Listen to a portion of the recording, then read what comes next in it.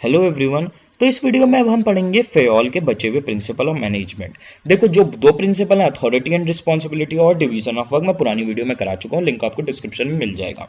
और इस वीडियो में हम बचे हुए सारे प्रिंसिपल्स पढ़ेंगे और मैं आपको इंसिस्ट करूंगा, चाहे आपको प्रिंसिपल आते भी हों, इस वीडियो को जरूर देखना, क्योंकि इसमें मैंने बड़े मजेदार एग्जाम्पल लिए आपको चीजें समझाने के लिए और आपको जरूर कुछ ना कुछ नया सीखने को मिलेगा। तो अब हमारे अगले प्रिंसिपल की बढ़ते हुए, जो कि है डिसिप्लिन। देखो, पहले ही मैं आपको एक चीज वार्न कर दूं, चेतावनी दे दूं कि इसमें हम वो वाले डिसिप्लिन की बात नहीं कर रहे जो आप अपने स्कूल में जाके समझते हो कि चुपचाप रहना, बात ना करना, टीचर को परेशान ना करना, आपस में लड़ाई ना करना। हम वो वाले डिसिप्लिन की यहाँ पे बिल्कुल भी बात नहीं कर रहे। मैनेजमेंट की टर्म्स में देखो, डिसिप्लिन का मतलब क्या होता है कि adherence to organisation policies and employment agreement.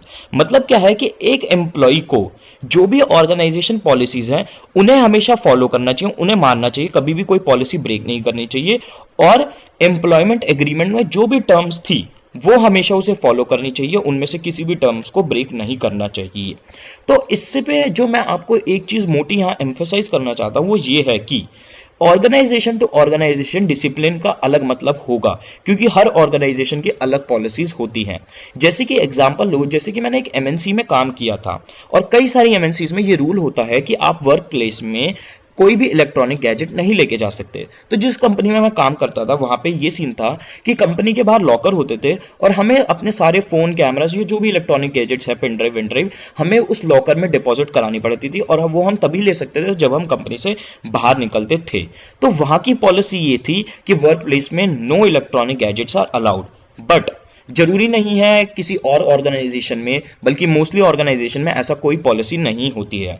तो उन ऑर्गेनाइजेशन में डिसिप्लिन का ये मतलब नहीं है कि आप फोन या फिर कोई इलेक्ट्रॉनिक गैजेट ना लेके जाओ। बट एमएनसीज में, कई सारी मल्टीनेशनल्स में डिसिप्लिन में ये चीज आती है कि आप कोई फोन या कोई कैमरा नहीं लेके जा सकते वर्क प्लेस में। तो डिसिप्लिन का ऑर्गेनाइजेशन टू ऑर्गेनाइजेशन अलग मतलब हो सकता है। अब देखो, हमारे पास कुछ रिक्वायरमेंट है जो कि एक कंपनी को फुलफिल करनी चाहिए अगर वो अपने ऑर्गेनाइजेशन में डिसिप्लिन चाहती है। तो पहला क्या है कि क्लियर एंड फेयर एग्रीमेंट्स होने चाहिए। मतलब एम्प्लॉयज को हमारे एग्रीमेंट की सारी टर्म्स क्लियरली बतानी चाहिए। ऐसा नहीं है हम स्टार लगा के टर्म्स एंड कंडीशन में कुछ बातें छुपा दे। और जो भी हमारी टर्म्स एंड कंडीशंस हैं, जो भी ऑर्गेनाइजेशन पॉलिसीज हैं, वो फेयर होनी चाहिए। ऐसा नहीं है कि हम अपनी बात मनवाने के लिए या जो हम चीज चाहते हैं वो करवाने के लिए हम उल्टी सीधी अनफेयर पॉलिसीज लगाना चालू कर दे। जैसे मैंने देखा है कि कई स्कूल्स में शांति बनाए रखने के लिए, वो स्कूल्स होते कोएड हैं, बट स्कूल क्या करते हैं, गर्ल्स और बॉयज का अलग सेक्शन बना देते हैं, क्योंकि उनकी नजर में अगर गर्ल्स और बॉयज आपस में बात करेंगे तो अशांति होगी और पता नहीं क्या क्या हो जाएगा। तो मेरे तो यार ओपिनियन में ये चीज बिल्कुल ही गलत है। तो ऐसे अनफेयर एग्रीमेंट्स नहीं बनानी चाहिए अगर आपको अपनी बात मनवानी है उसके लिए।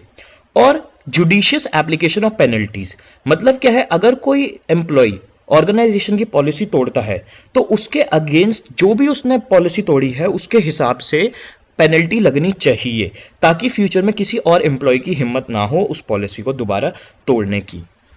जैसे कि देखो, मैं कंपनी में जॉब कर रहा था, वहां की पॉलिसी थी, और इनफैक्ट आज के टाइम में सारी ही कंपनीज में पॉलिसी होती है कि कोई भी जेंडर, कोई भी सेक्स का बंदा किसी दूसरे बंदे को उसके जेंडर पे बुली नहीं कर सकता। तो हमारी कंपनी में क्या हुआ कि एक लड़के ने दूसरी लड़की पे काफी ज्यादा उल्टे कमेंट पास कर दिए, क्योंकि वो लड़की स्मोक करती थी। तो उसने उसके फेस पे और पीछे भी फ्रेंड्स में अपने काफी उल्टे सीधे कमेंट पास किए कि ये तो स्मोक करती है, और ये उल्टा सीधा काफी ज्यादा बोल दिया उसने।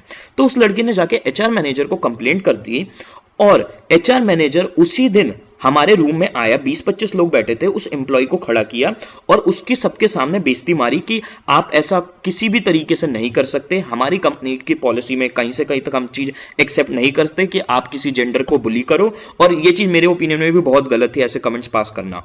तो फिर उसे बाहर लेके गया एचआर मैनेजर, उसे टर्मिनेट कर दिया, उसी टाइम जॉब से निकाल दिया गया, ये कह के कि हमारी ऑर्गेनाइजेशन की पॉलिसीज में आप ऐसी कोई हरकत नहीं कर सकते जिससे कि ऑर्गेनाइजेशन में इंस्टेबिलिटी क्रिएट हो या फिर किसी और सेक्स के बंदे को किसी भी बेस पे एम्प्लॉयज में इनसिक्योरिटी क्रिएट हो।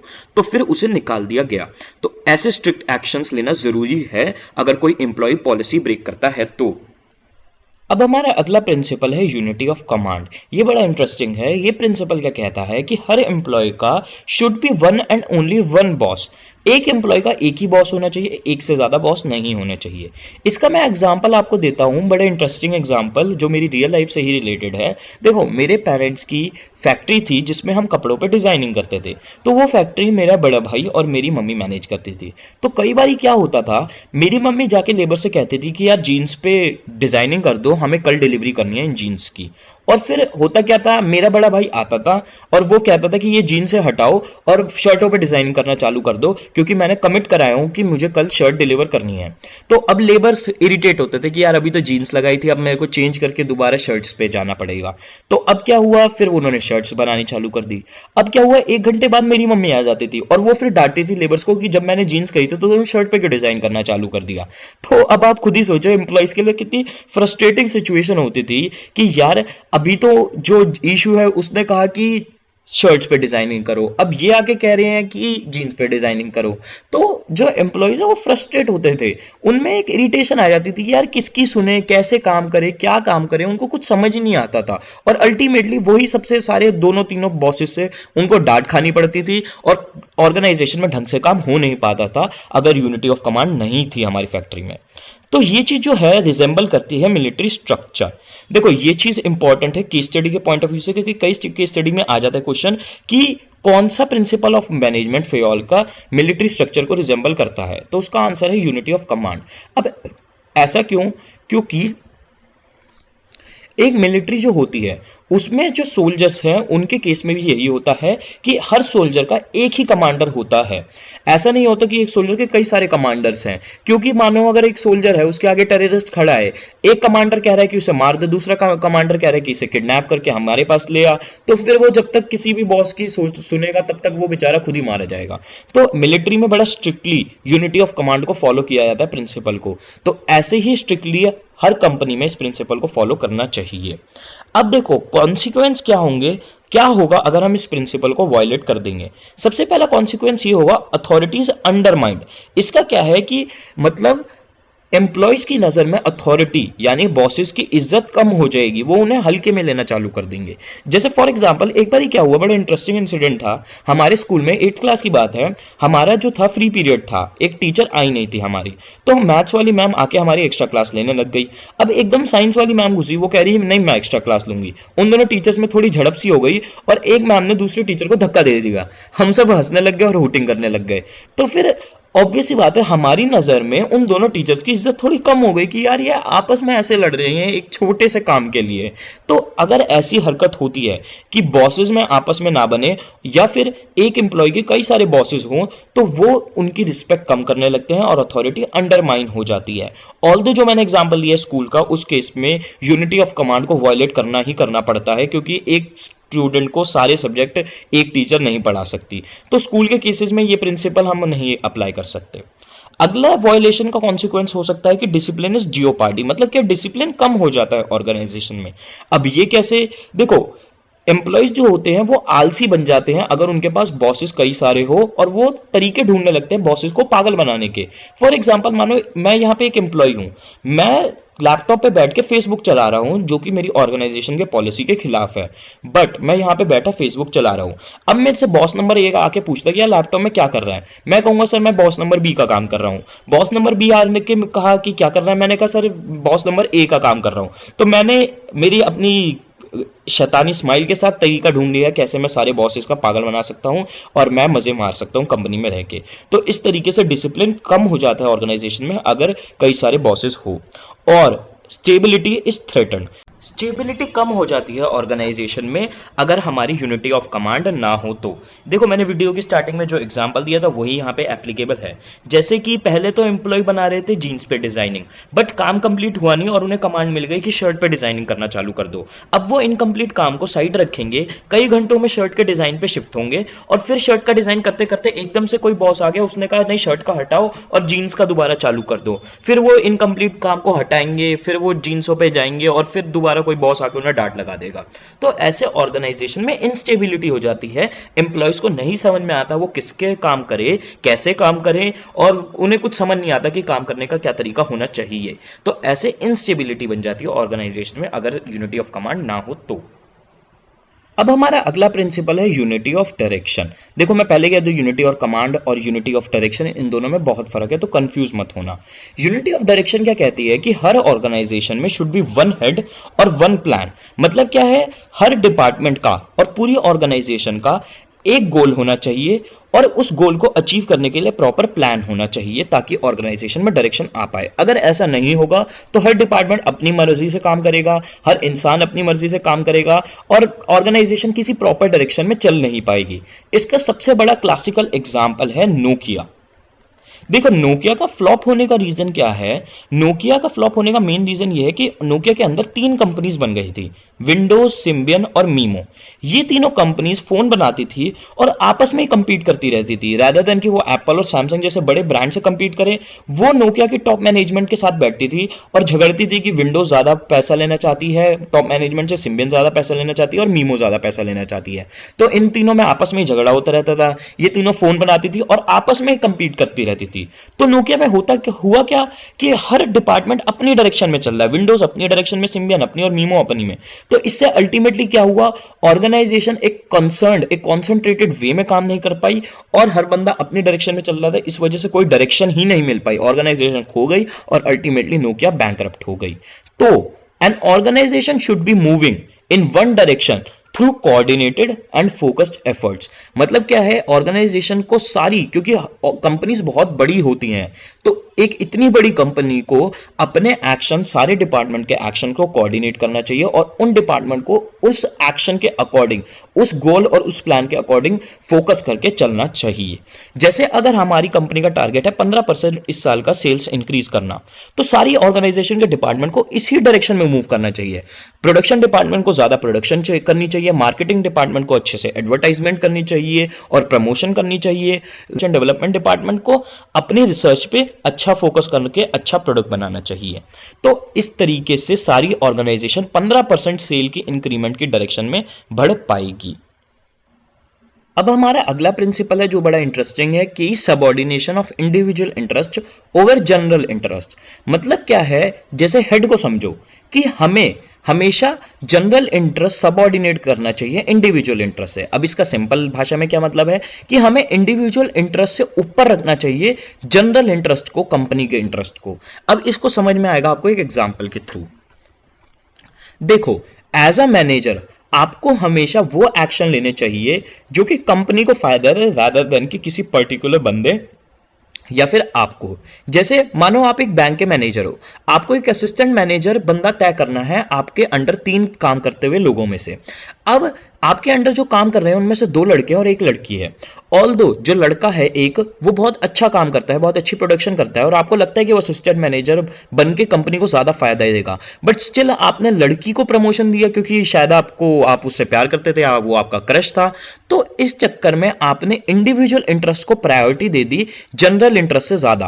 कंपनी को फायदे को आपने कहा छोड़ दिया और आपने इंडिविजुअल इंटरेस्ट को यानी अपने फायदे को ज्यादा दिमाग में रखा। तो ऐसा एज अ मैनेजर आपको बिल्कुल नहीं करना चाहिए। और ऐसी चीज जो है वो गवर्नमेंट ऑफिसेज में भी बहुत ज्यादा होती है। देखो कई गवर्नमेंट ऑफिसेज के इंजीनियरिंग डिपार्टमेंट में क्या होता है कि जैसे मानो उनके पास है एक सड़क का कॉन्ट्रैक्ट, सड़क बनाने का कॉन्ट्रैक्ट। कंपनी ए ने कहा कि मैं सड़क बना दूंगी सस्ते में और अच्छे मटेरियल के साथ, बट स्टिल जो ऑफिस का इंजीनियर था उसने कॉन्ट्रैक्ट सड़क बनाने का कंपनी बी को दे दिया। क्यों? क्योंकि कंपनी भी शायद उसके चाचा के बेटे की कंपनी थी या फिर उसका कोई पर्सनल इंटरेस्ट था उस कंपनी में, उसकी खुद की कंपनी थी, तो उसने कंपनी बी को कॉन्ट्रैक्ट दे दिया।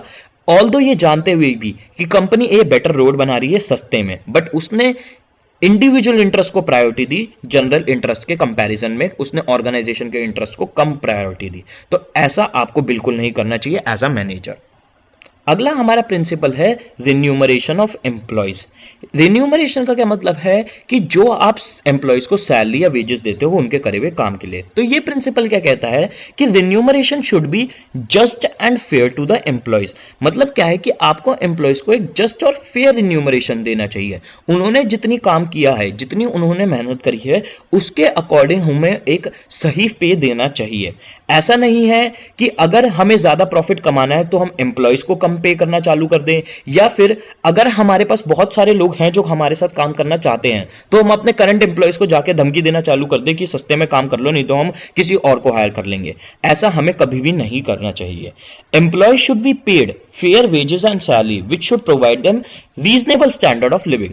मतलब क्या, हमें एक ऐसा पे देना चाहिए जो हमारे एम्प्लॉयज को एक रीजनेबल स्टैंडर्ड ऑफ लिविंग दे पाए। ऐसा नहीं है कि हमारे पास वो काम भी कर रहे हैं और फिर बेचारों को हाईवे के अंदर सोना पड़ रहा है, तो ऐसा नहीं होना चाहिए।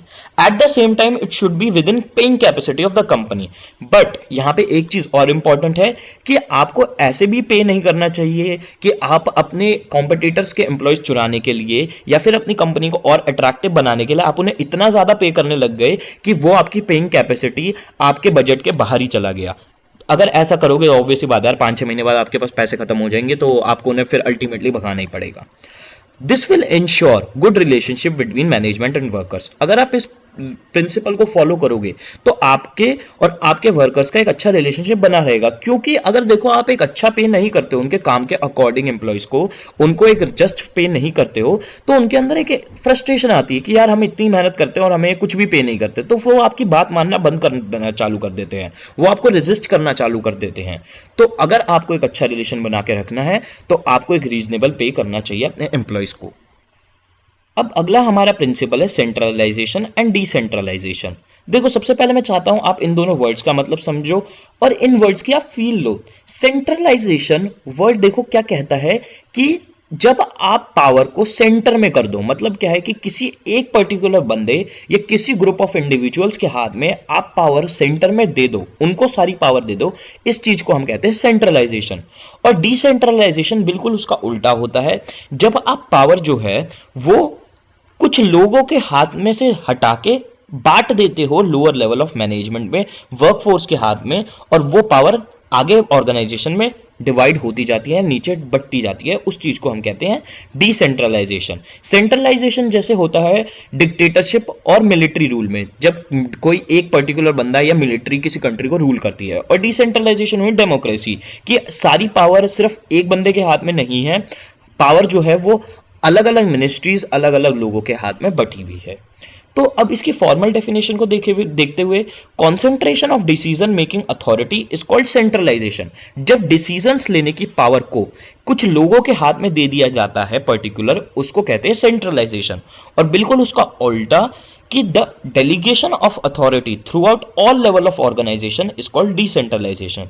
जब आप अथॉरिटी को डेलीगेट कर देते हैं, डेलीगेट करने का क्या मतलब हुआ कि पास कर देना, कि आप अपनी डिसीजन मेकिंग अथॉरिटी को थोड़ी बहुत अपने पास रखते हो, और जो आपको लगता है कि हाँ यार ये काम जो है, ये जो डिसीजन है, ये मेरे से छोटे लेवल ऑफ मैनेजमेंट का बंदा ले सकता है, उस चीज को आप पास कर देते हो। इस चीज को कहते हैं डिसेंट्रलाइजेशन। देखो ये चीज आपके स्कूल में भी होती है। प्रिंसिपल मैम जो है आपके स्कूल की, वो टॉप मैनेजमेंट है, उनके हाथ में सारी पावर होती है स्कूल के डिसीजंस लेने की। बट ऐसा नहीं है वो सारी पावर सेंट्रलाइज रखती है, वो कुछ ना कुछ पावर जो है वो लोअर लेवल ऑफ मैनेजमेंट में बांट देती है ताकि वो मेन काम पे फोकस कर सके। जैसे कि आपके स्कूल में डिपार्टमेंट्स के हेड होते हैं टीचर्स, कॉमर्स डिपार्टमेंट का हेड, साइंस डिपार्टमेंट का हेड और आर्ट्स डिपार्टमेंट का हेड होते हैं टीचर्स। तो प्रिंसिपल जो है इन डिपार्टमेंट को संभालने का काम, इन डिपार्टमेंट से रिलेटेड जो भी एक्शन होगा उस काम को डेलीगेट कर देती है इन डिपार्टमेंट के हेड को। मतलब क्या है, किसी डिपार्टमेंट की क्या डेट शीट होगी, कैसे कोई सब्जेक्ट पर्टिकुलरली पढ़ाया जाएगा, ये सारे डिसीजन का काम आ जाता है डिपार्टमेंट के हेड को। और सारा जो काम है, सारी डिसीजन मेकिंग की पावर है, वो भी जो डिपार्टमेंट के हेड है सब कुछ अपने पास नहीं रखते, वो भी कुछ काम जो है डिसीजन मेकिंग का वो टीचर्स को डेलीगेट कर देते हैं। जैसे कैसे किसी सब्जेक्ट का क्वेश्चन पेपर सेट होगा, ये कैसे किसी सब्जेक्ट का चैप्टर पढ़ाया जाएगा, वो जो डेलीगेट किया जाता है काम, वो किया जाता है आपके टीचर्स को। तो इस सारे प्रोसेस को, कि जब आप डिसीजन मेकिंग की पावर अपने से छोटे लेवल ऑफ मैनेजमेंट को दे देते हो और फिर वो मैनेजमेंट अपने से छोटे लेवल ऑफ मैनेजमेंट को आगे और पास कर देती है, तो इस तरीके से पावर को पास करना छोटे लेवल ऑफ मैनेजमेंट्स में, इस चीज को हम कहते हैं डिसेंट्रलाइजेशन। अब देखो ये जो प्रिंसिपल आपको मेनली चीज सिखाना चाहता है वो ये है कि there should be a complete balance between centralisation and decentralisation. मतलब क्या है कि बैलेंस होना चाहिए सेंट्रलाइजेशन और डिसेंट्रलाइजेशन में। ऐसा नहीं है कि हम पूरी ऑर्गेनाइजेशन को डिसेंट्रलाइज कर दें। मतलब क्या है कि मानो सोचो आपकी प्रिंसिपल ने जो थप्पड़ मारने की पावर है बच्चों को, वो अपने पास ले रखी है एक्सक्लूसिवली। मतलब क्या है, अगर किसी टीचर को कोई बच्चा इरिटेट कर रहा है और उसको उसके पनिशमेंट देने का मन कर रहा है, तो उसको प्रिंसिपल मैम के पास जाना पड़ेगा उसको पनिशमेंट देने के लिए। तो ऑब्वियस सी बात है यार, आपको सुनने में ये चीज कितनी वाहियात लग रही होगी कि ये चीज तो पॉसिबल है ही नहीं, कितना ज्यादा प्रिंसिपल मैम का टाइम वेस्ट होगा, वो कोई इंपॉर्टेंट काम लेने की बजाय पूरे दिन बच्चों को थप्पड़ी मारती रहेगी। तो ऐसे नहीं होना चाहिए। जो छोटे मोटे रूटीन के काम है वो डिसेंट्रलाइज कर देने चाहिए। और ऐसा भी नहीं होना चाहिए कि पूरी ऑर्गेनाइजेशन पूरी कंप्लीटली डिसेंट्रलाइज हुई हुई है। मतलब प्रिंसिपल मैम आपकी अपने रूम में बैठ के मजे से चाय नाश्ता कर रही है और सारा काम उसने टीचर्स पे थ्रो कर दिया, किसी टीचर को हायर करने का काम भी उसने टीचर्स पे ही छोड़ दिया, तो ऑब्वियस सी बात है टीचर्स जो है अपने रिश्तेदारों को ला ला के अपने स्कूल में जॉब लगा देंगी। तो ऐसा भी नहीं है, सारा काम डिसेंट्रलाइज हो जाना चाहिए। There should be a complete balance between centralisation and decentralisation. ये जो प्रिंसिपल मेन कहना क्या चाहता है, major decision making should be with centralise. Major जो डिसीजन है, यानी हमारे एग्जाम्पल के अकॉर्डिंग स्कूल के जो मेजर डिसीजन है वो प्रिंसिपल के हाथ में ही रहने चाहिए। और routine work should be decentralise. मतलब जो डे टू डे का काम है, जो हमें लगता है कि लोअर लेवल ऑफ मैनेजमेंट आराम से कर सकती है, वो चीजें हमें डिसेंट्रलाइज कर देनी चाहिए, जैसे बच्चों को पनिशमेंट देने का काम। अगला हमारा प्रिंसिपल है स्केलर चेन। देखो ये डायग्राम जो यहाँ पे बना हुआ है बहुत इंपॉर्टेंट है और ये हर बुक में दिया हुआ है। मैं चाहता हूँ अगर इससे रिलेटेड एग्जाम में कोई भी क्वेश्चन है तो आप ये बना के आओ डायग्राम। देखो ये प्रिंसिपल बड़ा सिंपल है। ये प्रिंसिपल बस यही कहना चाहता है कि एक ऑर्गेनाइजेशन में किसी भी बंदे से बात करने के लिए आपको एक formal route of communication follow करना चाहिए। ऐसा नहीं होना चाहिए कि आप किसी से भी जाके डायरेक्टली बात कर लो। अगर आपको कंपनी के सीईओ से बात करनी है तो आपको अपना मैसेज जो है वो पहले आपको अपने मैनेजर को देना चाहिए, वो फिर उसे अपने ऊपर मैनेजर को देगा और फिर वो मैसेज अल्टीमेटली सीईओ के पास पहुंचेगा और सीईओ फिर उसको रिप्लाई करेगा और फिर अगेन उसी चेन को फॉलो करते हुए आपके पास रिप्लाई पहुंच जाएगा। ऐसा नहीं है आप सीईओ से डायरेक्टली बात कर लो। या फिर एग्जाम्पल लो, मानो आप काम करते हो और आपको इस महीने की सैलरी नहीं मिली, तो ऐसा नहीं है आप पेरोल डिपार्टमेंट में जाओगे और आप किसी बंदे की कॉलर पकड़ के उसको मारना चालू कर दोगे कि भाई मेरी इस महीने की सैलरी नहीं है, क्यों नहीं आई। ऐसा नहीं होता है कंपनी में। आपको अगर आज सैलरी नहीं आई, ये कंप्लेंट अपने एचआर मैनेजर को दोगे, आपका एचआर मैनेजर फाइनेंस मैनेजमेंट में देगा कि यार इस बंदे की हमारे डिपार्टमेंट की सैलरी नहीं आई, और फिर फाइनेंस अपने पेरोल डिपार्टमेंट में जाके चेक करेगा कि हाँ यार इस बंदे की सैलरी क्यों नहीं है। इस चीज को कहते हैं हम स्केलर चेन, कि एक formal route of communication follow करना किसी भी बंदे से बात करने के लिए। तो there should be a formal route of communication between subordinate, superiors and employees. But यहां पे एक इंपॉर्टेंट चीज जो है कि स्केलर चेन आपको क्या कहती है, फेयोल आपको क्या कहता है गैंग प्लैंक फॉलो करने को। गैंग प्लैंक क्या होता है कि अगर मानो कोई इमरजेंसी वाली सिचुएशन है तो उस केस में आप किसी भी बंदे से ऑर्गेनाइजेशन में डायरेक्टली कांटेक्ट कर सकते हो। फॉर एग्जांपल मानो आप प्रोडक्शन डिपार्टमेंट में हो कंपनी के, आपको एक सप्लायर मिला है जो आपको सिर्फ आज के लिए रॉ मटेरियल बहुत सस्ते में दे रहा है। ऑल्दो आपको पैसा लेने के लिए फाइनेंस डिपार्टमेंट से एक पूरा formal route of communication follow करना पड़ता है कि आप मैनेजर को कहो, मैनेजर फाइनेंस डिपार्टमेंट से आपको पैसा लाके दे। बट इस केस में क्योंकि इमरजेंसी है, गैंग प्लैंक प्रिंसिपल आपको अलाउ करता है कि आप डायरेक्ट फाइनेंस डिपार्टमेंट में खुद जाओ, उनको सिचुएशन समझाओ और आप उनसे पैसा ले लो क्योंकि ये अर्जेंट सिचुएशन है। और फिर बाद में आप अपने मैनेजर को समझा सकते हो कि हाँ यार मैंने अर्जेंसी थी, इस वजह से मैंने आपसे बिना पूछे बिना बात करे ये एक्शन ले लिया। तो गैंग प्लैंक आपको ये चीज अलाउ करता है। अगला हमारा प्रिंसिपल है ऑर्डर। ये काफी इंटरेस्टिंग है, वैसे सारे प्रिंसिपल इंटरेस्टिंग है। ये क्या कहना चाहता है, there should be a fix place for everything and everyone. मतलब क्या है, एक फिक्स प्लेस होने चाहिए जो हमें पता हो कि हाँ यार ये चीज यहां पे रखी है और ये बंदा यहां पे होता है। जैसे कि मैं जब पढ़ने बैठता हूं मेरे साथ ये बहुत होता है कि मेरी कॉपी किसी अलग फ्लोर पे होती है, मेरे पेन पेंसिल किसी अलग फ्लोर पे होती है और कुछ चीजें मेरे को मार्केट से खरीदने जाना पड़ता है। तो मेरी कोई जगहों की, मेरी स्टेशनरी की, मेरी बुक्स और कॉपीज की कोई फिक्स प्लेस नहीं है। इसलिए मुझे, आप खुद ही सोचो आपके साथ भी होता होगा, कितने घंटे वेस्ट करने पड़ते हैं सिर्फ सामान इकट्ठा करने में। तो ये चीज मेरी एफिशिएंसी कम करता है। प्लस चीजों के साथ साथ हर इंसान की भी एक फिक्स प्लेस होनी चाहिए। मतलब अगर हम कंपनी के कॉन्टेक्स्ट में सोचें तो हमें पता होना चाहिए कि हाँ यार फाइनेंस मैनेजर जो है 7th फ्लोर पे बैठता है, जो एचआर मैनेजर है वो 8th फ्लोर पे बैठता है। तो इससे क्या है, हमें फाइनेंस या एचआर मैनेजर को ढूंढने में ज्यादा दिक्कत नहीं होगी, क्योंकि हमें उनका फ्लोर और रूम नंबर ढंग से एग्जैक्टली पता है। ये चीज देखो स्कूल में बहुत ज्यादा होती थी। हमारी टीचर्स हमें कहती थी कि यार जरा इस टीचर को ढूंढ के आओ, और हम क्लास से निकलते थे और हम पूरा 1 घंटे मजे मारते रहते, पूरे स्कूल का चक्कर लगा के आते थे उस टीचर को ढूंढने के लिए। और फिर जब हम क्लास में पहुंचते थे, मैम को हम यही कहते थे, मैम हमें वो मैम मिली नहीं, हमें पता नहीं था वो कहां पे है। तो फिर टीचर भी हमें कुछ कह नहीं पाती थी, क्योंकि स्कूल में हमारी टीचर्स की कोई फिक्स प्लेस होती नहीं थी। तो फिर ये प्रिंसिपल सिंपली यही कहता है कि हर टूल, हर मशीनरी, हर चीज की फिक्स प्लेस होनी चाहिए, और हर ह्यूमन की भी एक फिक्स प्लेस होनी चाहिए, ताकि एम्प्लॉय एफिशिएंटली काम कर सके और वो कोई बहाने ना बनाते फिर फ्यूचर में कि यार मेरे को ये चीज मिली नहीं है, मेरे को पता नहीं था कहां पे, मेरे को ढूंढने में टाइम लग गया। अगला हमारा प्रिंसिपल है इक्विटी। इक्विटी सिंपल मतलब है इसका इक्वालिटी। ये बड़ा इंपॉर्टेंट प्रिंसिपल है केस स्टडी और एग्जाम के पॉइंट ऑफ व्यू से, और बड़ा सिंपल सा है। देखो ये प्रिंसिपल क्या कहता है कि आपको एज अ मैनेजर या मैनेजमेंट को अपने एम्प्लॉयज में किसी भी तरीके का डिस्क्रिमिनेशन या फिर भेदभाव नहीं करना चाहिए, जेंडर, रिलीजन, नेशनैलिटी, लैंग्वेज या किसी भी ऐसी चीज को लेकर। कहने का मतलब यह है कि आपने किसी को प्रमोशन दे दिया, क्यों? क्योंकि वो आपके रिलीजन का है। आपने किसी को प्रमोशन दे दिया क्योंकि भाई तू भी बन गया, मैं भी बन गया, चल यार तुझे प्रमोट कर देता हूं। तो ऐसे आप रिलीजन के बेस पे डिस्क्रिमिनेट नहीं कर सकते। आपने फीमेल्स को आसान काम दे दिया क्योंकि आप एज अ मैनेजर फीमेल्स में अपनी अच्छी इमेज बनाना चाहते हो, उनकी सिंपैथी लेना चाहते हो, बट मेल्स को आपने मुश्किल काम दे दिया। या फिर बोनस की बात आई तो आपने किसी ऐसे इंसान को बोनस दे दिया क्योंकि आप निर्मल बाबा को मानते हो और वो बंदा भी निर्मल बाबा को मानता है, तो आप दोनों के सेम बिलीफ है, इस वजह से आपने उसको तो बोनस दे दिया, बट किसी और बंदे को नहीं दिया क्योंकि वो निर्मल बाबा से नफरत करता है। तो आपको ऐसे बेसिस पे कभी भी अपने एम्प्लॉयज में डिस्क्रिमिनेशन नहीं करना चाहिए, और अगर आपने किया तो आपको बहुत सीवियर कॉन्सिक्वेंसेस फेस करने पड़ेंगे। इसका सबसे बड़ा एग्जांपल है माइक्रोसॉफ्ट का।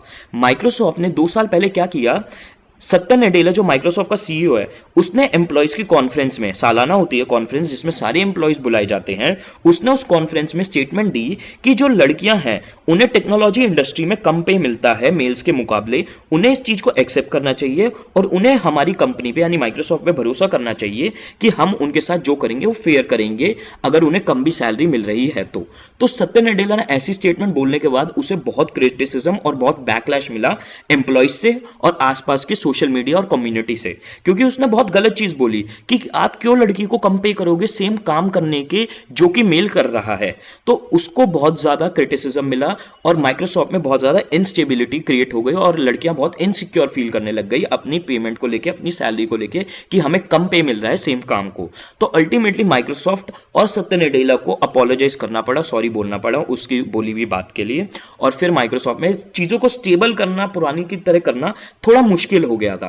तो अगर आप ऐसी स्टेटमेंट इशू करते हो तो बहुत ज्यादा सिवियर कॉन्सिक्वेंसेस हो सकते हैं, और आपको इक्वालिटी मेंटेन करके रखनी चाहिए सारे एम्प्लॉयज में, अपनी ऑर्गेनाइजेशन में। अगला हमारा प्रिंसिपल है स्टेबिलिटी ऑफ पर्सोनल।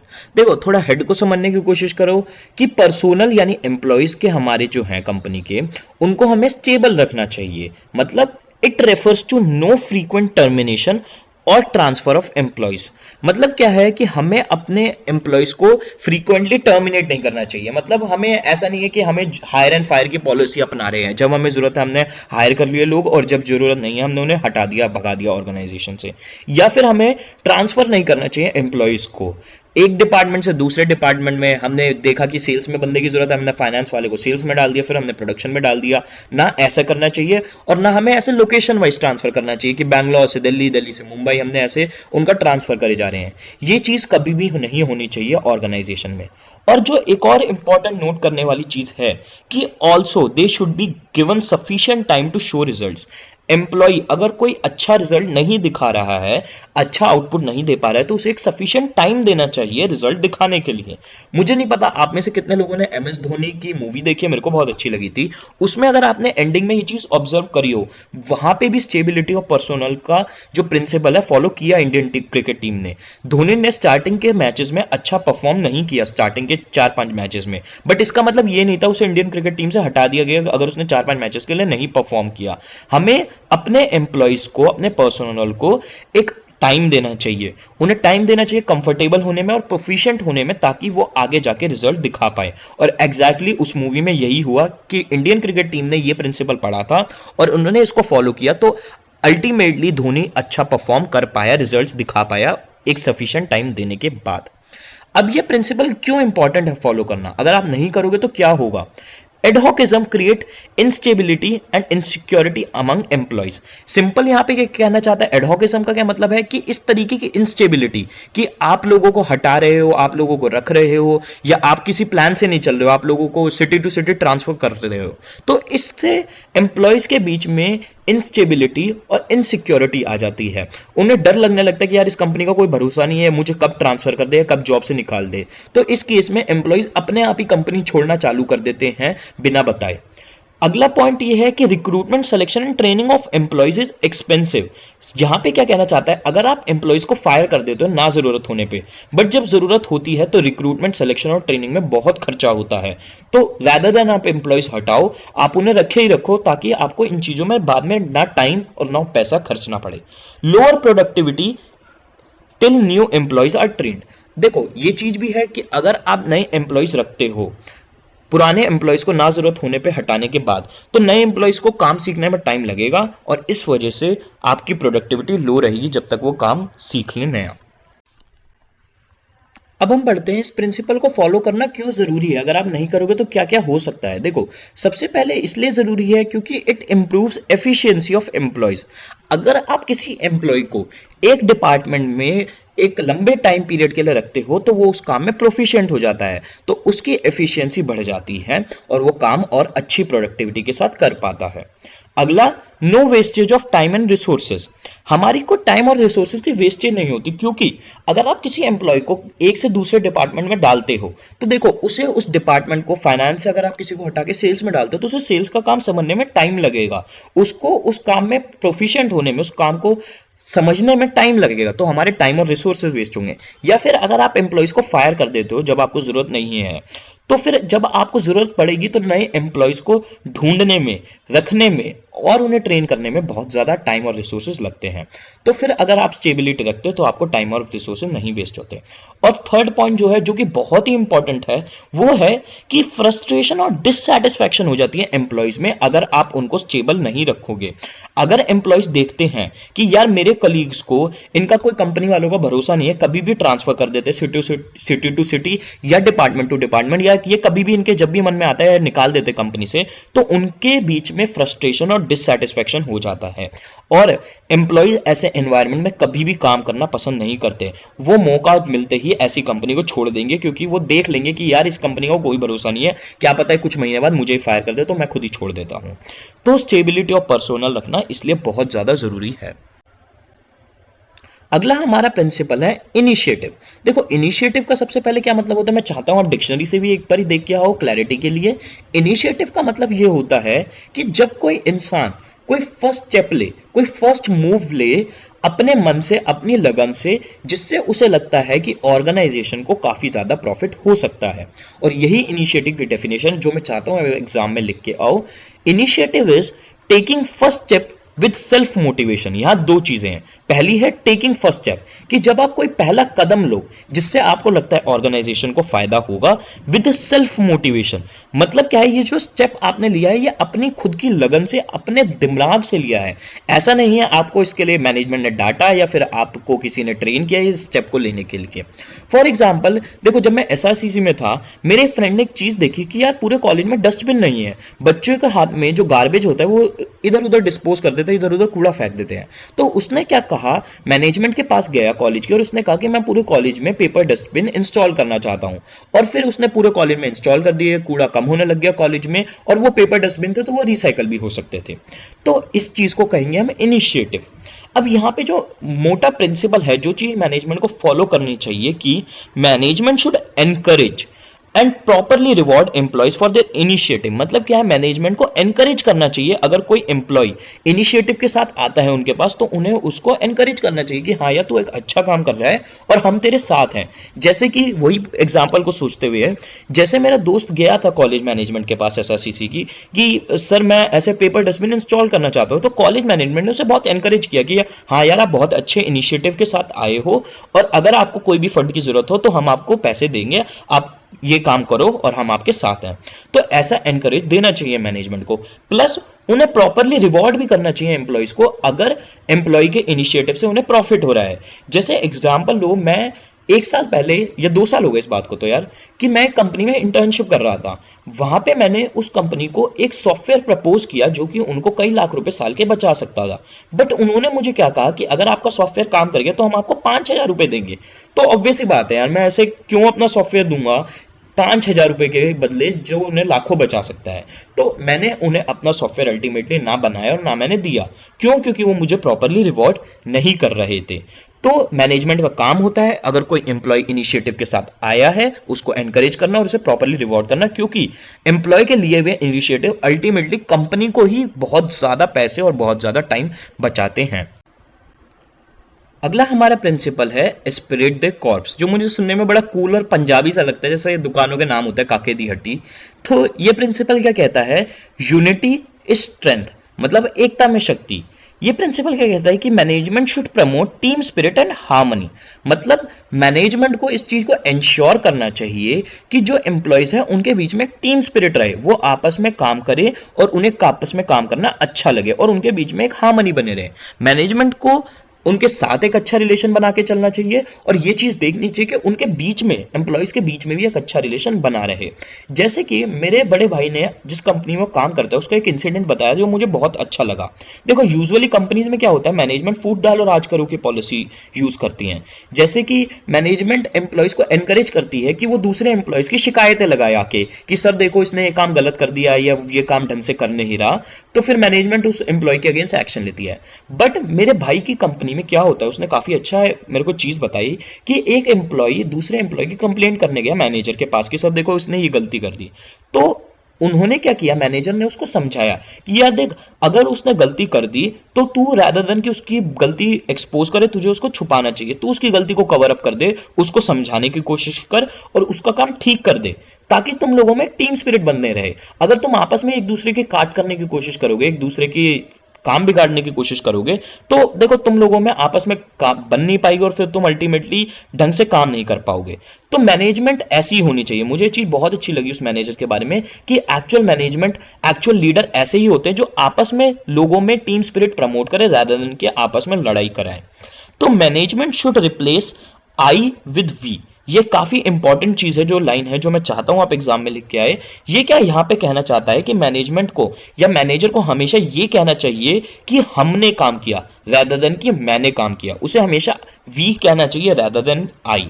और अगर वो ऐसा करता है तो it give rise to trust and belongingness. अगर मैनेजमेंट हमेशा ये जाके कही कि हमने काम किया rather देन कि मैंने, जो तो एम्प्लॉयज हैं उनके मन में ट्रस्ट आता है मैनेजमेंट को लेके कि हाँ यार ये हमारे एफर्ट्स को रिकॉग्नाइज करते हैं, ये ऐसा नहीं है हमें भूल गए हैं हमसे काम करा के या हमें सैलरी देके भगाना चाहते हैं। उससे एम्प्लॉयज को ट्रस्ट आता है मैनेजमेंट के ऊपर और उन्हें सेंस ऑफ बिलोंगिंगनेस लगती है कि हाँ यार मैं इस जगह को बिलोंग करता हूँ, यहाँ पे मेरे को इज्जत दी जाती है, मेरे एफर्ट्स को रिकॉग्नाइज किया जाता है। तो मैनेजर को हमेशा एक ऐसा वी वाला एटीट्यूड अपनाना चाहिए rather देन कि आई। तो हमारे अब यहाँ पे सारे प्रिंसिपल खत्म होते हैं। और गाइज मैं कहना चाहूंगा प्लीज कमेंट में मुझे बताना आपको वीडियो कैसी लगी या फिर अगर आपको कुछ समझ नहीं आया, और अगर आपकी वीडियो ने किसी भी तरीके से हेल्प करी है तो प्लीज वीडियो को लाइक करना। तो बाय।